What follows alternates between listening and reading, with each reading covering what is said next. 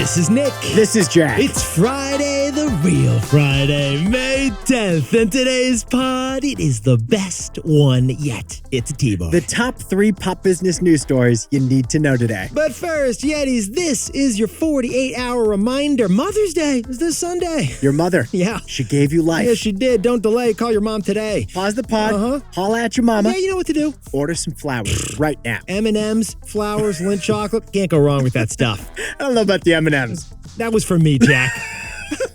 We've been good sons, too. Jack, 3 stories for today's show. What do we got, man? For our first story, this summer, you can buy Disney Plus, HBO Max, and Hulu in one big streaming bundle. Yetis, everyone is asking the question, is streaming turning into cable? Everyone says yes. Yeah. We say no. Niche. For our second story, Monte Foods has invented a ruby red pineapple that they're selling for $400 each. $400 for a pineapple. Jack and I got to talk to you about brand halos. And our third and final story. After 140 years, Swiss Army Knife just unveiled their first knife without a knife. Swiss Army knife. They're using the steak knife strategy. But Yetis, before we hit that wonderful mix of stories. Now that is how you go into a weekend after a business trip to New York City, baby. If you can't see us right now, we urge you to go to our YouTube page. Besties, if you cannot see us right now, we ask you to go to our Instagram page. Hit us up at TBOY Pod on Instagram because you got to see this. Yeah, we'll pause the pod, let you get there at Instagram, at TBOY Pod. Because right now, Nick is decked out from top to bottom,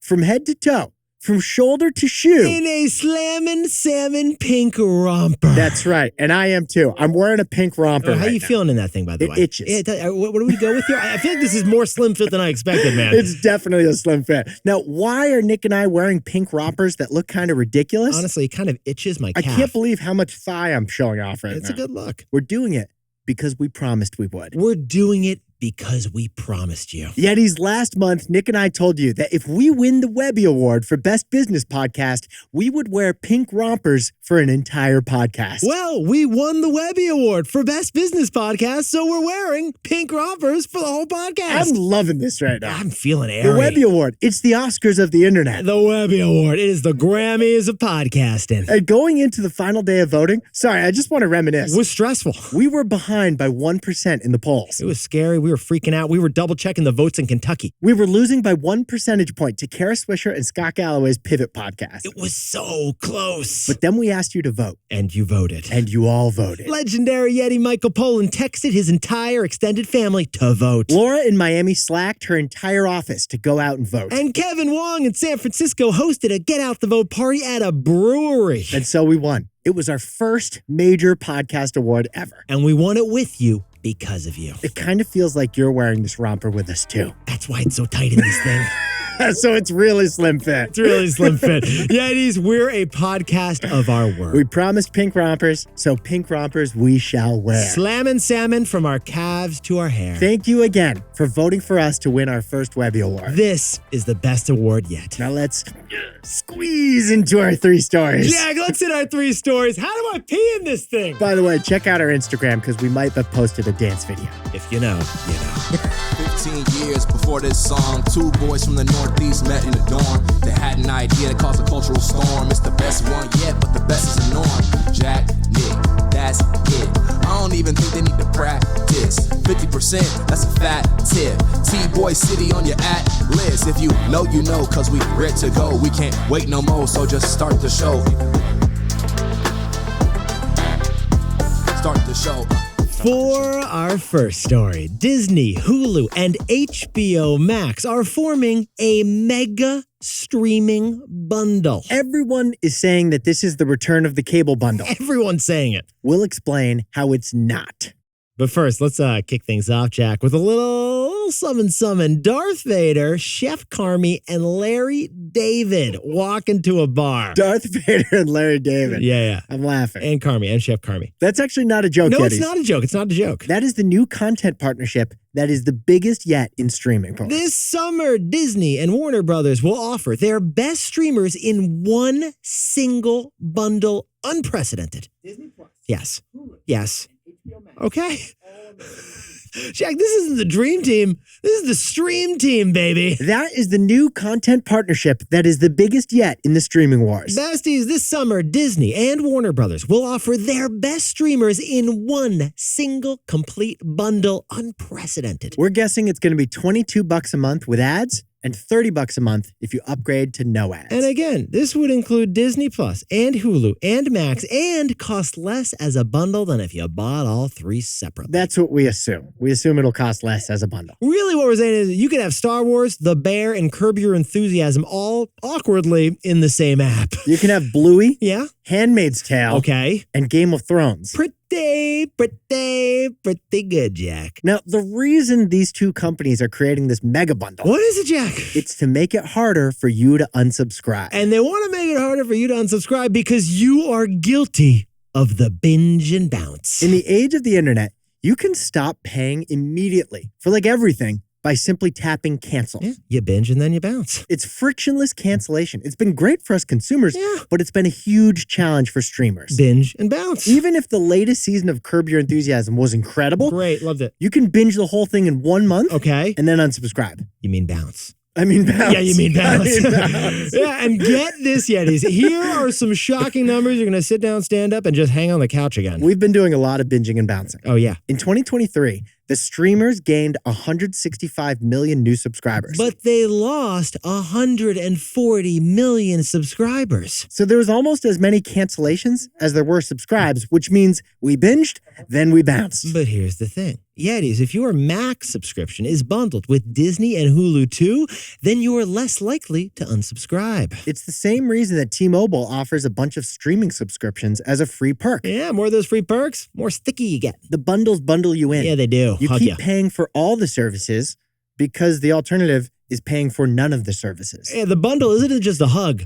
It's like a bear hug, Jack. Wait, is that a reference to The Bear? The show we were talking about? It wasn't, but I'm impressed you brought this full circle. So, Jack, what's the takeaway for our buddies over in the streaming wars? Streaming is still way better for consumers than cable. Yeah, it is. Ever since this bundle news, we've been seeing these headlines. Streaming is the new cable. Streaming's reinventing cable. Streaming, you look just like cable. But we think those hot takes are wrong. Yeah. Dead wrong. Because streaming is still much better for consumers than cable in many different ways. And we whipped them up for you. First, streaming is still better than cable because there are no fees. a typical cable TV bill still includes $25 a month of bogus fees. Fees. Streaming doesn't. With streaming, there's still no physical box. You don't need to drop $10 a month for some lease for some cable box that stinks and you don't even want it. And streaming bundles are also optional. If you want just Disney Plus, you can still do just Disney Plus. And finally, most importantly, most bigly of all, with streaming, there are still way fewer ads. A 30-minute TV episode on cable TV includes 8 to 9 minutes of ads. But streaming has half the number of ads. And you can opt out of ads if you want to upgrade for like $5 more a month. So besties, yes, this Stream Team bundle is a literal bundle of channels, so it does look a lot like cable. But this streaming bundle is still way better for consumers than cable TV is. For our second story, Del Monte, the big fruit company, is selling a crossbred ruby red pineapple for $400. They're selling scientific ruby red pineapples to sell regular pineapples. And we'll tell you all about the strategy. But Jack, if we're going to talk about pineapples, let's start with bananas. if you peel a banana right now, Okay. there's a 1 in 5 chance it's made and grown and harvested and sold Yeah. by Del Monte. Del Monte, they got 20% of the banana market, and they're the 135-year-old company based in the San Francisco lovely Bay Area. They call themselves the original plant-based food company. Literally. They sell plants. Yeah, they sell which plants. are plant-based. They go back to 1907 when they were the biggest cannery in the world, opened on Fisherman's Wharf in downtown San It's Francisco. a huge brick building that's still there. They just don't can fruits anymore. And now they're a $1 billion publicly traded company. But here's the news. Now Del Monte is talking about a fruit that is too nice to can. A ruby red pineapple. It's called the Rubyglow, and it's now on sale nationwide. This is the trophy of the tropics. It's a fruit that they're selling for $400 per pineapple. We repeat, you could get a really nice handbag, or you can make a pineapple upside down cake with this Rubyglow red pineapple. For $400, you can buy this pineapple. It's a pineapple, but it's got a red exterior. It looks really beautiful. Are you just gonna put this out at a party? I think that's what you do, Jack. Eventually you slice it and you hand out the slices and people are like, what is the deal with the shell? It looks wonderful. This is what you bring to a wedding. Actually, you register for this for a wedding and then you slice this thing at the wedding. And this is the point. Del Monte knows how gorgeous this is. On their website, they literally advise you how to post pictures of this fruit on Instagram. And they created a separate website just to sell this single $400 fruit. It's exotic. But yet, here's what Jack and I found fascinating about this story. As we jumped in TBOY style, we noticed in the numbers that Del Monte isn't a fruit company. What is it, Jack? It's a science company. It's a science company because last year Del Monte dropped $8 million on research and development. This is a farm we're talking about. That's a pretty large number for a fruit farm and company, man. And they sell a $400 Rolls Royce of pineapples. That's not their only scientific creation, though. Get this. 4 years ago, Del Monte crossbred its way into another original new recipe premium pineapple called... I don't think recipe is the right word. It's like an invention. It's a Frankenstein pink glow pineapple. 4 years ago, Del Monte Foods created a pineapple that looks normal on the outside, but it has pink fruit meat on the inside. You cut it open, it looks like a ham. It's the jewel of the jungle, and you can't get it in stores. They will only ship it to you in a special box. It comes in a beautiful box, and it includes a recipe book so that you can make not a pina colada, a pinka colada. It kind of looks like it was designed by Glossier. But Jack, to get back to our research and development science observation, how long did it take to invent this fruit? I didn't even know it's possible to invent a fruit. But apparently it took them 16 years of crossbreeding to invent this fruit. And here's the wildest part, the price. The pink pineapple is $30 each. And the red ruby pineapple again? They're only making 1,000 of them, so they're $400 each. It's like the Manhattan Project of pineapples, Jack. You need Oppenheimer to slice this fruit, is what we're saying. He can't split the atom. No. He can split the fruit. So Jack, what's the takeaway for our buddies selling $400 fruits over at the science company Del Monte? These Insta pineapples are the ultimate brand halo. Yetis, the purpose of a brand halo product isn't to make money or be a profit puppy on its own. The purpose of a brand halo product is to angelically elevate all the other products under the brand. Because Del Monte's not in the business of selling 1,000 of these Instafruits.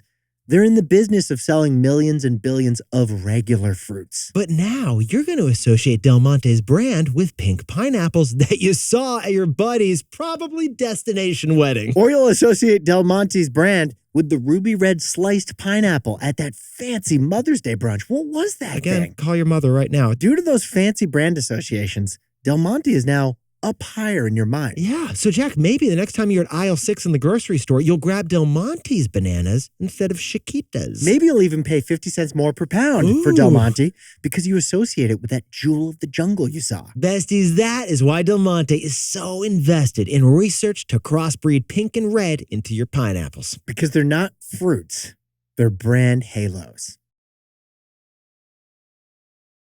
For our third and final story, the Swiss Army knife. It's facing an existential crisis.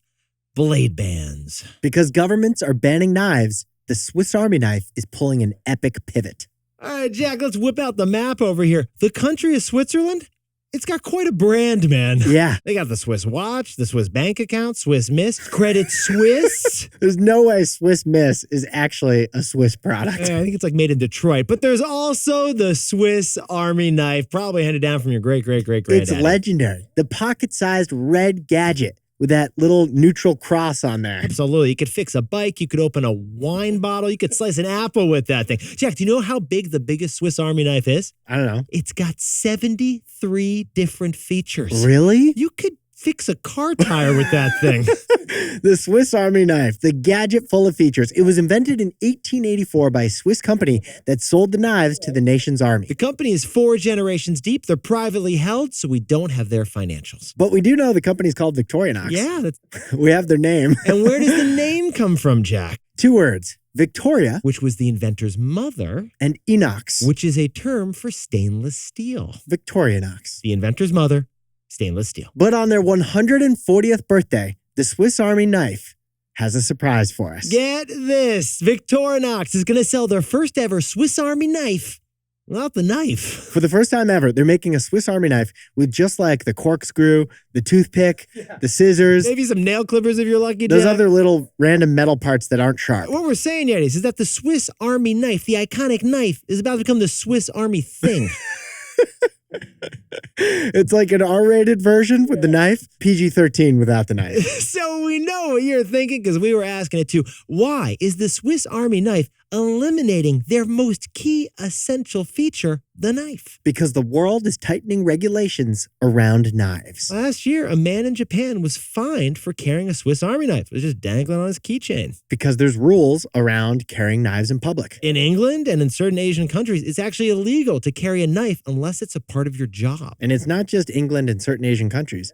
Since 9/11 in the United States, knife laws have been increasingly prevalent across the country. And it's not just the rest of the world. Even in Switzerland, they're adding new public knife laws. Knives, they're dangerous, obviously. And Jack, what did one Swiss Army knife executive say just the other day on all these developments? The increasing number of knife regulations worldwide is a major challenge to the Swiss Army Knife Company. This is like if peanut butter got banned and you're running the Reese's Peanut Butter Cup Corporation, Jack. Now, we should point out, Victorinox sells other things like watches, bags, and other apparel under the Swiss Army brand. But their Swiss Army knife is the majority of their revenues. So these knife bans are kind of existential. The market for metal toothpicks isn't that big. So, Jack, what's the takeaway for our buddies over at the Swiss Army knife? To save the Swiss Army knife, they're using a steak knife strategy. Yetis, this is existential for the company because Swiss Army knives aren't just knives, they're also a metaphor. The term Swiss Army knife is a universal term for something that can do everything. So how is Swiss Army knife responding to this existential threat? By marketing their product as the opposite of the Swiss Army knife. The CEO just told reporters that they're going to start advertising specific use cases, like the use case of golfing or cycling. So they'll market the bladeless knife specifically to golfers and cyclists who need a tool specifically for golfing and biking. Which is the opposite of like the general use case of the Swiss Army knife. Exactly. They're repositioning the brand from its features for everything to its purpose for one thing. It doesn't sound like a Swiss Army knife anymore. No. It sounds like a steak knife. A product with one single specific use case. Cutting steaks. And that is how Swiss Army Knives wants to save the company long term. Market the product more like a steak knife. Jack, could you whip up the takeaways for us before the weekend? Disney, HBO, and Hulu are bundling up this summer for a price TBD. It's not the dream team, it's the stream team. But streaming is still a way better deal for consumers than cable. For our second story, it's Monte Foods. They're selling a ruby red, beautiful pineapple for $400 a piece. Yeah, this is perfect for Jack's fantastic pineapple smoothies that he won't stop talking about. But those Instagram pineapples are brand halo products. Intended to sell regular products. Third and final takeaway, what do we got? In response to new knife laws, the Swiss Army knife has a version now that has no knife. To stay relevant, the Swiss Army knife is borrowing the steak knife strategy. But Yetis, this pod's not over yet. Here's what else you need to know today. First, Peter Jackson, the director of the highly acclaimed Lord of the Rings films, is making another probably really long Lord of the Rings film. It's called The Hunt for Gollum. Yes. And it's set to premiere in 2026. Yes. It will be produced by Warner Brothers. Very precious. Yes, precious. And it focuses on Gollum, the twisted creature, played again by Andy Serkis. I didn't know you had such a good Gollum impression. Me, And second, Apple is getting backlash over its newest TV ad that's called The Crush. In the ad, a giant machine presses into violins, paintbrushes, paints, pencils, other musical and creative instruments, and at the end, it's just an iPad that remains. It's supposed to symbolize how creative the iPad is, but it kind of also symbolizes the threat of AI and technology on everyone's creative jobs. Yeah, he was trying to say that the iPad has all the creativity in the world, but the world interpreted it to mean the iPad is destroying creativity. And finally, we've got a great update for the planet. We just set a renewable energy record. A record 30% of the world's energy produced last year was from renewables. We're talking wind, solar, hydro. Out of every 3 times that you flick on a light switch, one of those flicks was renewable. That's progress, baby. Now, time for the best fact yet. This one whipped up by your mom. Taking care of children is really a full-time job. In fact, taking care of children is 2.5 jobs, according to a study of mothers conducted by Welch's. Yeah, it's for all the mothers out there. It turns out that the time mothers spend on parent-related tasks equates to a 98-hour work week. It's one of the largest unpaid jobs in the world, parenting. And it's borne more by mothers than by fathers. It's just the reality of the numbers. Don't delay. Call your mom today. Pause the pod. Holla at your mama. Because she works 98 hours a week on you.